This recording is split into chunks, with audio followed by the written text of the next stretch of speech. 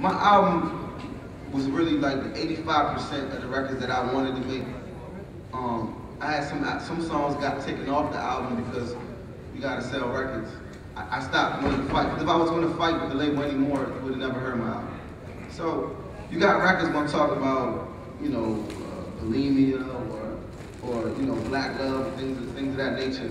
And there's a reason why, when I'm talking to Jimmy Iovine or all those people at Disco, there's a reason why they're not like, you know what, Wally, we'll put $200,000 behind this record. They're not going to do that for Shades or Diary, because that's not what's working. Unfortunately, however you would like to look at it, you know, you got songs like All the Way Turned Up, which is a great record. I mean, I enjoy listening to it. But it's a great beat. It's fantastic music right there. But I feel like the radio is not going to, it starts with the people that, you know, it does start with people. The radio is not trying to have balance anymore. I remember in 1995 being a little kid listening to Camp Blow on the radio, then Tribe Called Quest, you know what I'm saying, then SWV, then Jodeci. Everybody had a different message. Now it's like, honestly, I listen to the radio in the morning, I'm like, why are they playing Stanky Leg at 10 a.m.? Like, you know what I'm saying? Like, let's move it out. Like, there were songs like Common, The Light by Common, discussing black love. And that was a single, you know what I'm saying? What's the song the Lost Boys had about the girl? The Story. Renee. That's a story right there. That's telling a story, and that's improving. I think that's improving. I think that song vastly improved the morale of our society. Like, now y'all respect the dude with the biggest chain. Not y'all, not fam, of course not y'all. But like, you know, urban culture respects the dude with the biggest chain who can talk the most reckless on the record. Like, where I come from, it's a lot of foul individuals from where I'm from, just like most inner cities. And it seems like those are the people that are the most respected, with the exception of Barack Obama. They ain't trying to listen to nobody's message, you know. Like, they're not listening to my message. They're not listening to they stopped listening to Common's message. They're not listening to Mos Def's message. I mean, for instance, look at the Grammy ballot. That was Flo Rida nominated for Album of the Year. Now, with all due respect to him, you know what I'm saying? His music is great, but, you know, hey, man, look, people say it. I respect everybody's music, but I'm just saying, like, there is a very, very, very depressing, like, lack of balance in black music. Country musicians, Taylor Swift and all that, like, you know why, in my opinion, why it works? She's singing what's honest to her. You know what I'm saying? People, like I told the lady earlier, there's this country song I heard the other day. It starts off like, I have chronic asthma, or something like that. And he's, right there. You know, and it's about the balance of music. I think a lot of people don't have a very diverse library of music. They only want to listen to, oh, I'm from this area, so all I listen to this. Oh, I want to hear that real shit. It's real? My man talking like a college professor and he got 17 chains on and he's talking about trapping and yapping and all this. Like, see, that's how, see, you perpetuating. I don't want no problem with nobody. They don't want no problem.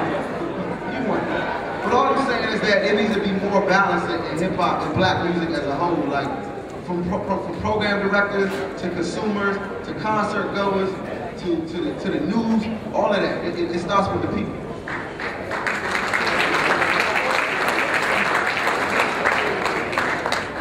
Y'all gotta hear what this brother's saying. Y'all really gotta hear it. Because what he's saying to you is that within the industry, he's challenged. Because he's gotta make a living making records.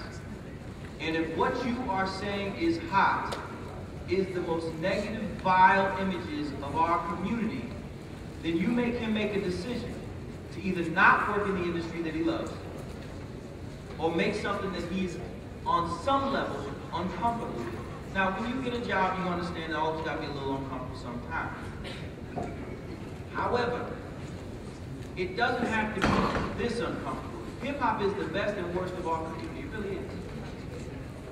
It shows us that brothers who didn't have much can turn nothing into something, and a lot of something. Unfortunately, so many of them are compelled to go a path which they talk about us in a very bad way. I'm telling you now, it's funny, really. Funny, not in a ha-ha kind of way. When a couple of years back, Eminem was said to have used the N-word. Oh, that brother was back, he was backpedaling like a mother. But we talk about us in such a way so that some people who spend time around us, and I'm telling you, I work with kids, I work with kids, and what happens is, you get different colors of kids in the school, and they hear kids talking to each other any kind of way, get slick with the lip, and guess what they're gonna do? They think it's cool because that's how everybody's talking. And then, like yesterday at school day, one kid got choked up because he called another kid out of his name. We set the stage for that. We set the stage for every single time we allow. Now, I'm a big fan of kid justice. Sometimes I don't see everything that happens, and you run your mouth. Sometimes somebody got to correct you. And that's ultimately what I'm saying. What we've seen here is that these guys are actors for real. Think I'm lying? Think I'm lying? Think I'm lying? Remember when Snoop was about to go to prison? Yeah. He was looking right. He was praying and everything. Snoop was praying. He wasn't throwing any gang, nothing. He was sitting straight as an arrow. You look at all these cats, when they get jammed up, 50 Cent lives in Farmington, Connecticut. Keep it moving. Every single time, keep it moving. Because when you really know people who are in the game and in that lifestyle, they look at those cats who are clowning them. They look at these guys who are making music as clowning them. Because you notice how they keep getting their chains and cars taken from them? You that thugged out, you that hard, people just come take your stuff. Sad as the story is, and let's think about it this way. Sad as the story is between Biggie and Tupac, sad as it is, it should be a cautionary tale. When you put information out there about yourself, when you dare somebody, somebody's going to test you. We must encourage our artists to do something more diverse, be creative. My man said, Renee, that's like one of my favorite songs of all time. My God. It has to be more creative, especially people like Run DMC went to college. Since kindergarten, I applied knowledge. After 12th grade, I went straight to right. You could hear it in their lyrics. How is it that y'all, or your friends of y'all, go to college and we don't hear the complexity in your music? Not in your musical taste and not in your musical product. Yes, sure, we should talk about people who we see on the block, because if that's your part of your reality, but don't make them into anything more than they are. A lot of those cats, they're on the block, but really, they've hit the end of their academic road and the end of their life, and many of them, they've given up on life. They're 16, 17-year-olds, and this is all they got in their minds. I'm saying to you that hip-hop, at its best, can motivate us. It has created an industry, clothing lines, etc. Why can't hip-hop start to create schools? Why can't it start to create opportunities for the rest of us?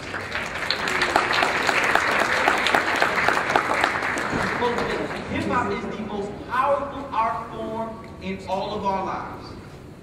Let's use it for good.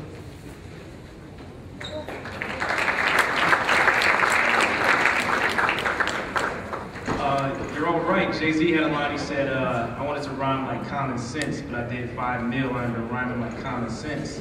And it's this crazy battle because, you're trying to send out a positive message, but ain't nobody buying it. So, I mean, you have to allow art to imitate life as opposed to the latter, where, I mean, you all are the consumers, we're the consumers, so we dictate, what's being purchased, we dictate the sales, we dictate what's hot. It's a role reversal now where we have, the artists dictating our lives. Jay-Z says, don't want a suit, better button up. You got thugs wearing button-ups, thugs going to lounges, ducks popping champagne.